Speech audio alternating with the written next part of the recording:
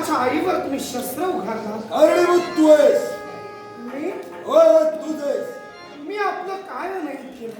वैराचा पोर आहेस तू. माझ्या वैराचा पोर आहेस तू. बोलण्याचा अर्थ नाही कळला मला. एकच तुझी पितृदेवता म्हणजे धनुर्धारी पार्थ माझा वैरी आहे. आणि म्हणून तुम्ही माझ्या आईला काय सांगता? वेळोवेळी सांगण्याचा प्रयत्न केला या वैराच्या पोराला घे तुझ्या सौभाग्य खऱ्यापर्यंत. काका सांगून ऐकत नव्हती मला शेवटचं टोकाचं पाऊल उचलवलं. काका हे माझं मातुल गृह आहे.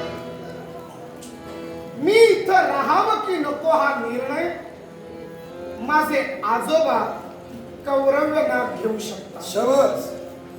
शिवाय नातवानं आजोबांकडे किती वेळ राहावं हे आजोबांना माहित आहे. आणि आजोबांना आवडलं तर ते कायमचेही ठेवतील. शिवाय नऊ नागकुळातील प्रमुख नऊ नाग अनंत वासुकी शेष पद्मनाभम कंबलम शंखपालम धृतराष्ट्रम तक्षकम कालियम तथा अर्थात नऊ नाग याचा निर्णय घेणारे आहे.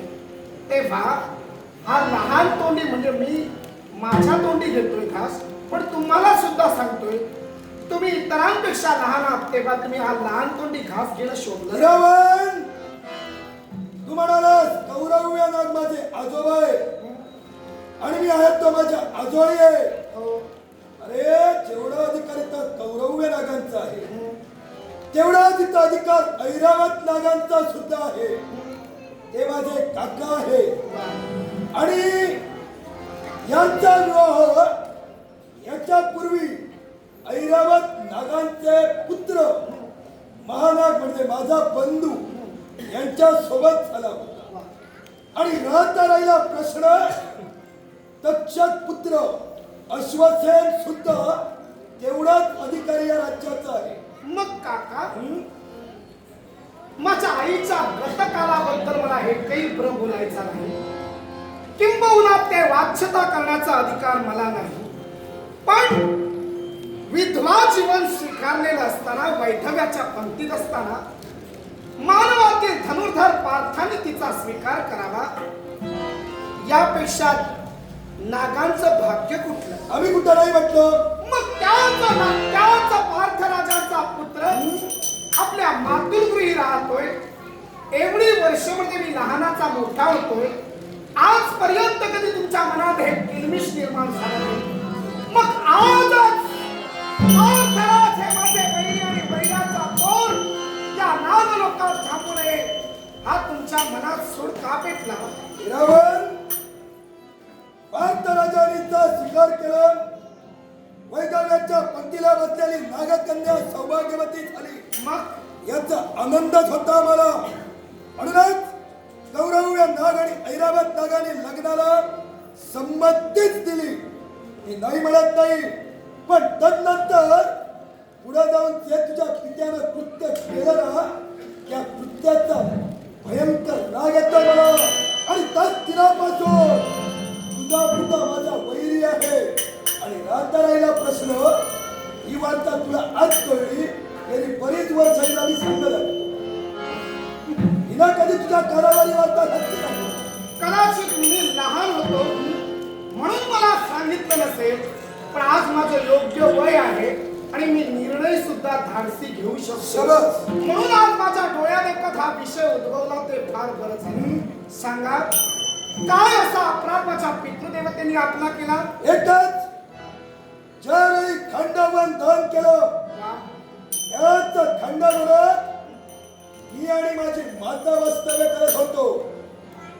ज्यावेळी खंडवनाच्या चौबाजूला अग्नी प्रज्वलित झाला त्याच वेळी माझी माता मला वाचवण्यासाठी त्याच अग्नीतून उड्डाण करत बाहेर येत होती.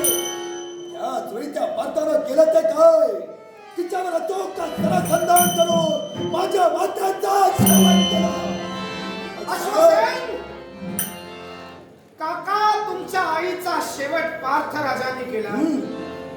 तुम्ही म्हणालात की आई आणि तुम्ही तिथं राहत होतात म्हणजे तुमची पितृदेवता तुमच्या सोबत नव्हती.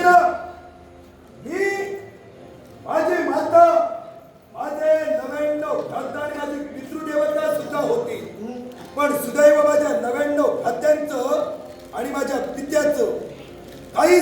विरंगुळा करण्यासाठी खांडावर सोडून ते बाहेर गेले आणि तेव्हाच हा प्रमाद घडला. तुम्हाला मरायला ठेवलं तिथं.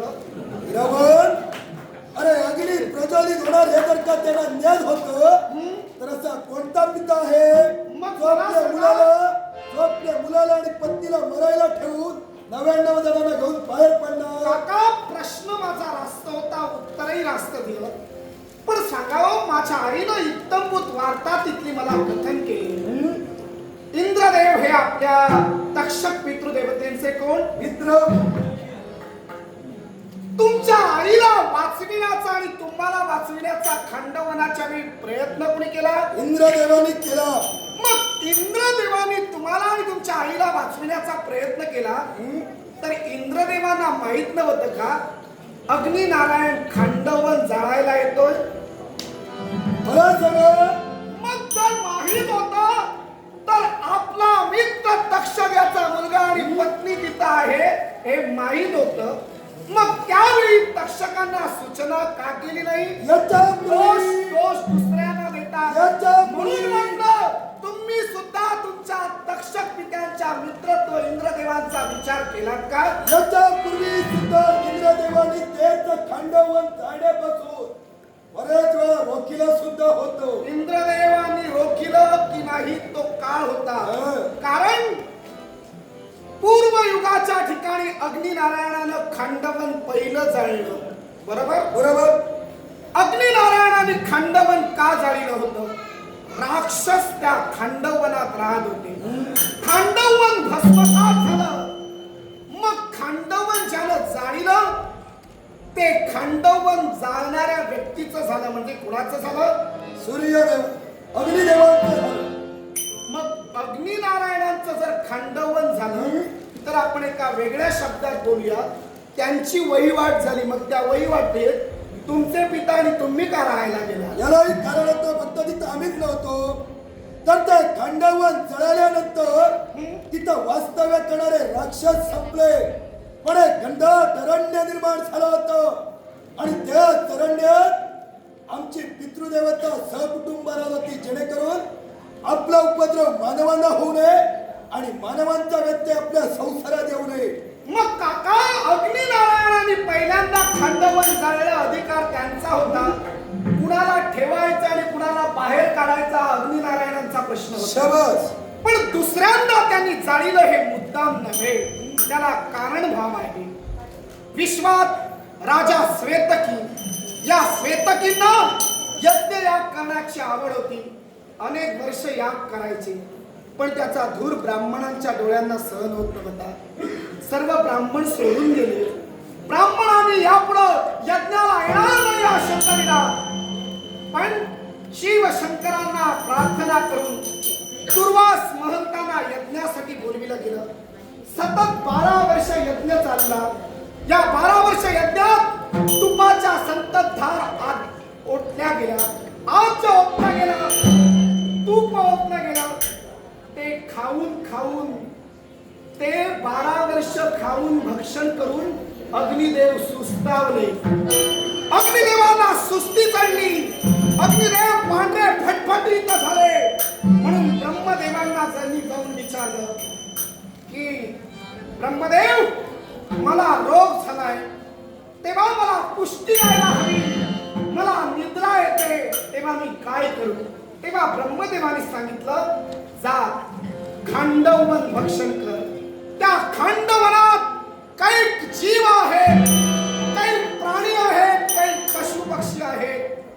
अर्थात त्यांना भक्षस्थानी पाड, कारण यापूर्वी त्यांना शाप आहे.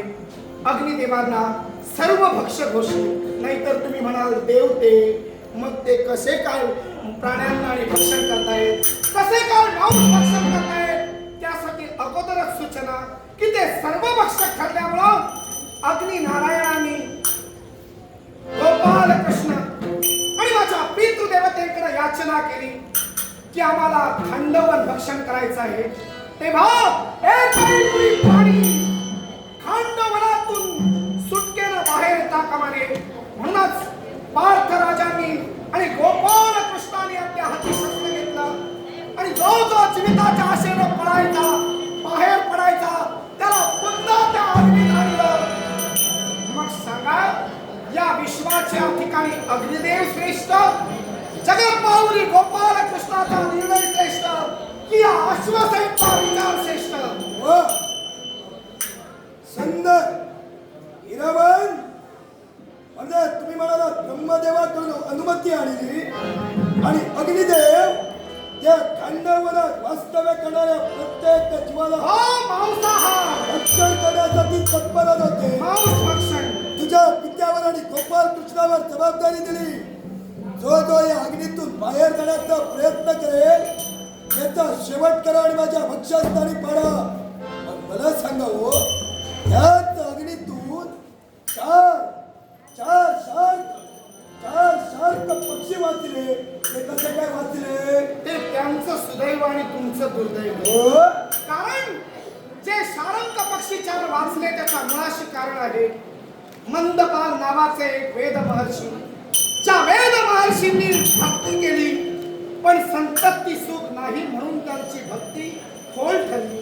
तेव्हा देव आज्ञेनं केवळ संतप्तीसाठी शारंग पक्षाचं त्यांनी रूप घेतलं आणि एक शारंग पक्षातील मादी सरिता हिच्यापर्यंत गेले आणि तिचा भोग घेतला. त्या भोगापासून चार शारंग पक्षी जन्माला आले. पण जेव्हा खांडव जाण्याची प्रक्रिया सुरू झाली तेव्हा त्यांना जाणवलं की माझे चार पुत्र त्यात जन्म करणार. तेव्हा त्यांनी अग्निनारायणाची भक्ती केली. अग्निनारायणाला प्रसन्न केला आणि घेतला आणि अग्निनारायणाने चारही पक्षांच्या जीविताचं जीवन दानली. ही ग्वाही दिली. भक्तीमुळे देव असले, त्यांना सूचना झाली म्हणून देव असले.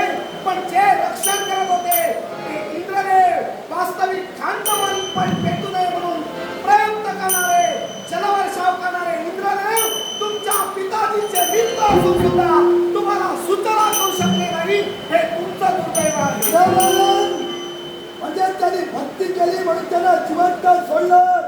मग मला सांगा, तुमची पितृदेवता यांचं नातं आमच्याशी होतं. मग ज्यावेळी इंद्रदेवाने मला वाचविलं आणि तिथून घेऊन निघाले तेव्हा त्या अग्निनारायणानं गोपाल कृष्णानं ज्यावेळी मला शाप दिलं तू निसंतान होशील, तेव्हा का तुमच्या पित्यानं त्यांची मुलाबहिणी केली नाही? हे काका, कारण किती झालं तरी अग्निदेवांचा त्यावेळी तुम्ही भक्ष होता. दुसऱ्याच्या तोंडातील घास काढू नये आणि तो अग्निनारायणाचा घास तुम्ही असताना तुम्ही घास निष्ठून केला आणि म्हणून तुम्हाला शाप दिला की तुम्ही निष्क्रिय व्हाल. मग तो शाप देणारा मी तर म्हणतोय त्यांच्या मताने योग्य आहे. रामन, अरे वास्तविक ज्या कन्याशी आपण नाता जोडलं त्याच मुलांचा उद्धार व्हावा, अभ्युदय व्हावं असं तुझ्या पित्याला वास्तविक वाटायला हवं होतं. पण त्यावेळी तुझा पिता फक्त स्वतःला सारं काही करत होता. अश्वसेन काका, वास्तविक या गोष्टी कुलउद्धाराच्या सांगूच नका. या माझ्या आईच्या पहिल्या जोडीदाराचा शेवटच्या गरुडाने केला. त्या गरुडाच्या बाबतीत तुम्ही काही करू शकता नाही. अर्थात तुम्ही निष्क्रिय राहा आणि निष्क्रिय राहा.